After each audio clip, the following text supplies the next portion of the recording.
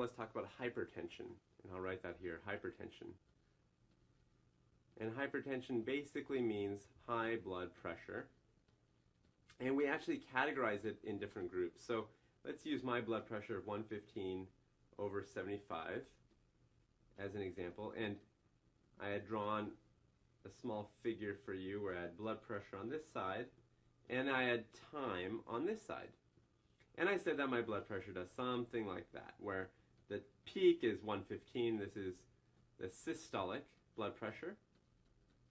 And I said that the lowest point is going to be, for me, 75, and that was my diastolic blood pressure. And we know everyone has a different blood pressure, so let's organize blood pressures into groups. Let's figure out kind of what group goes where. And so to do that, I'm going to draw a couple number lines. So let's imagine that I have here in brown, I'll do my systolic blood pressure on this side, and I'll do the diastolic on the other side. I'll do diastolic over here. And we're going to actually put them next to each other. And let's see, I'll try to make them about the same size, like that. So let's say this is really high pressure. This would be like 200, and this is all in millimeters of mercury. 200 millimeters of mercury. And at the very bottom would be 0. So let's make them kind of the same. And that means that up here would be about 100. And this would be about let's say this is 120. This would be about 140, let's say. And maybe this is 160. And this is 180. And I'm going to do the same thing here. Let's say this is about 100. Except this time I'm going to go on the other side. Let's say this is about 80.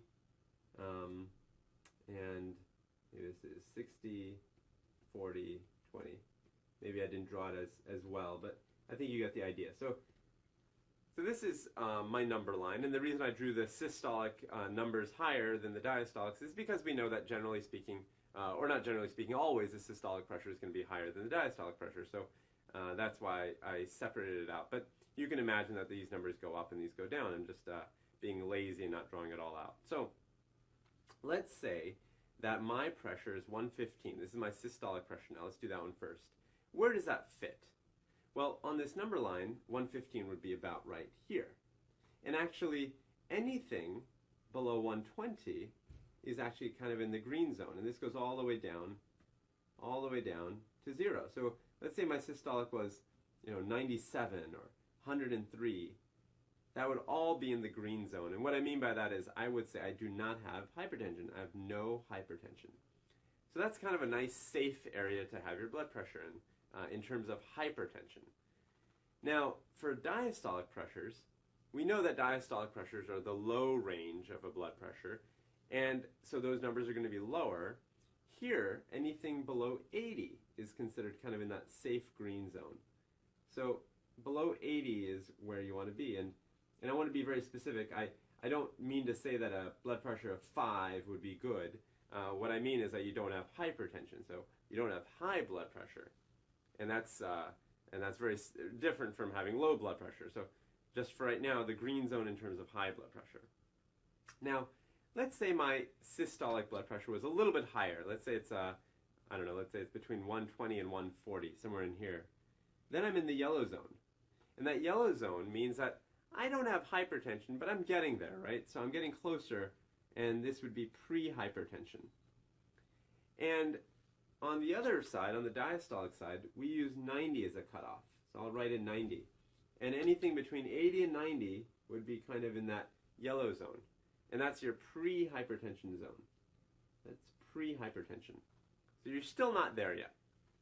Now, in terms of high blood pressures, again, you don't want high blood pressures, but in terms of getting there, if you're above 140, you have hypertension. So this zone in here, 140 to 160 in particular, is considered stage 1 hypertension. Stage 1. And between 90 and 100 for diastolics, that would be stage 1. Stage 1. And now if you have something above 160 for your systolic blood pressure, so I'll just say above 160, and that means even higher than 200. So if, let's say you have 201, that would be stage 2. can see that the higher you go, the higher your stage number.